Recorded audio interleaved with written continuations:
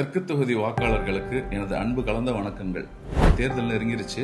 நம்ம ஒவ்வொரு வேட்பாளரும் கடந்த 5 வருஷத்துல என்னென்ன செஞ்சிருக்கிறாருங்க அப்படிங்கறத நம்ம கருத்துல கொண்டு அதை மதிப்பீடு செஞ்சு நம்ம வாக்களிக்கணும்னு நினைக்கிறேன். அந்த வகையில இந்தியா கூட்டணியின் வேட்பாளர் திரு நாசிம் அவர்கள் கடந்த 5 வருஷத்துல என்னென்ன பணிகள் செஞ்சிருக்கிறாங்க என்று இப்ப நான் உங்களுக்கு பட்டியலிடுறேன். 2016 அவர் சட்டமன்ற உறுப்பினராக பதவி விலகும் போது காரைக்கால்ல இந்த குடிநீர் குழாய்கள் நாங்க பொருத்துறோங்கிற பேர்ல எங்க தொகுதி முழுக்க சாலைகளை ரொம்ப சேதப்படுத்தி வச்சிருந்தாங்க. நமக்கு தெரியும், நமக்கு நினைவுக்கு தெரியும், ஒரு 4-5 வருஷத்துக்கு முன்னாடி சாலைகள் எப்படி இருந்துச்சுன்னு. அவர் சட்டமன்ற உறுப்பினராக மீண்டும் 2021 பதவியேற்றத்துக்கு பிறகு 3 மாதங்களில் எந்தெந்த சாலைகள் எல்லாம் சேதப்படுத்தப்பட்டிருந்ததோ அத்தனையும் மீண்டும் புதிதாக தார் சாலைகள் அமைக்கப்பட்டிருச்சு. அது மட்டுமல்லாமல் தெருக்கள்ல முன்னாடி ஸ்ட்ரீட் லைட்னா வெறும் டியூப் லைட் மட்டும் தான் இருக்கும். இப்ப பாத்தீங்கன்னா பர்டிகுலரா தெற்கு தொகுதியில எல்லா ஸ்ட்ரீட் லைட்லயும் டியூப் லைட்டை எடுத்துட்டு எல்இடி லைட்ஸ் வந்து ரீப்ளேஸ் பண்ணிருக்காங்க. தமிழ்நாட்டை போல நம்ம நாஜிம் அவர்கள் முதல்வரிடத்துல ஒரு கோரிக்கையை வச்சாங்க. தமிழ்நாட்டை போல இங்கேயும் மகளிருக்கான உரிமை தொகை வழங்க வேண்டும் என்று சொன்னாங்க. அதை உடனே ஏற்றுக்கொண்டு கடந்த 4 வருடங்களாக மகளிர் உரிமை தொகை தமிழ்நாட்டில் கொடுக்கிறது போல இங்கேயும் மகளிர் உரிமை தொகை வந்திருக்கு.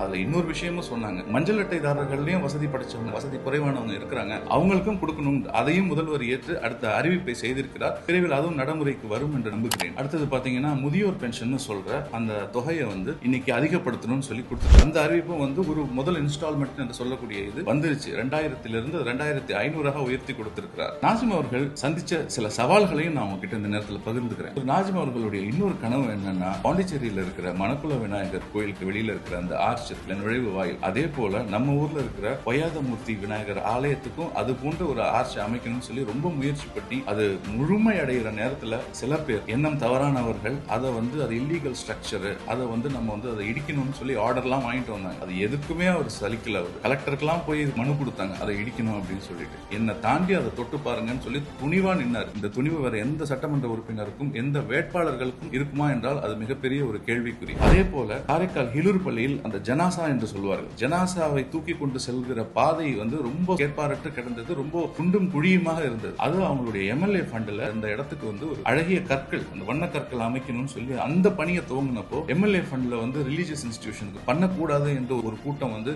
ஆர்டிஐ போட்டு அதை தடுக்கிறதுக்கு முயற்சி பண்ணாங்க. அதுவும் முடியாது, நான் செஞ்சுதான் அவன் ஜனாசா தூக்கி கொண்டு போகிற அந்த இடத்துல கூட என்னிடம் அரசியல் செய்யாதீர்கள் என்று அன்னைக்கு அதை துணிவா நின்று அந்த பணியையும் செஞ்சு முடிச்சார். அதே போல பாத்தீங்கன்னா தேர் உற்சவத்தின் போதும் இல்ல இந்த கந்தூர் விழாக்களின் போது வரக்கூடிய சந்தன கூட்டின் போதும் 2-3 மணி நேரம் மின்சாரம் துண்டிக்கப்படும். காரணம், அது ஏதாவது மின்சார லைன்ல வந்து உரசிடுச்சு அப்படின்னா ஏதாவது உயிரிழப்பை ஏற்படுத்திடுங்கிறதுக்காக. அதுக்கு ஒரு தீர்வு வேணும்னு கேட்கும் பொழுது ஆர்பிஎஸ் சிஸ்டம்னு ஒன்று, ஓவர் ஹெட் பவர் லைன் கேபிள வந்து இன்சுலேட்டட் பவர் லைன் கேபிள் அதை கொண்டு வந்து முதல் முறையா பாண்டிச்சேரி அரசு செய்துகிட்ட ஒப்பந்தத்தின் பேர்ல காரைக்கால் தெற்கு தொகுதிக்கு முதல்ல அதை கொடுங்க, என்னுடைய தொகுதிக்கு அதுக்கான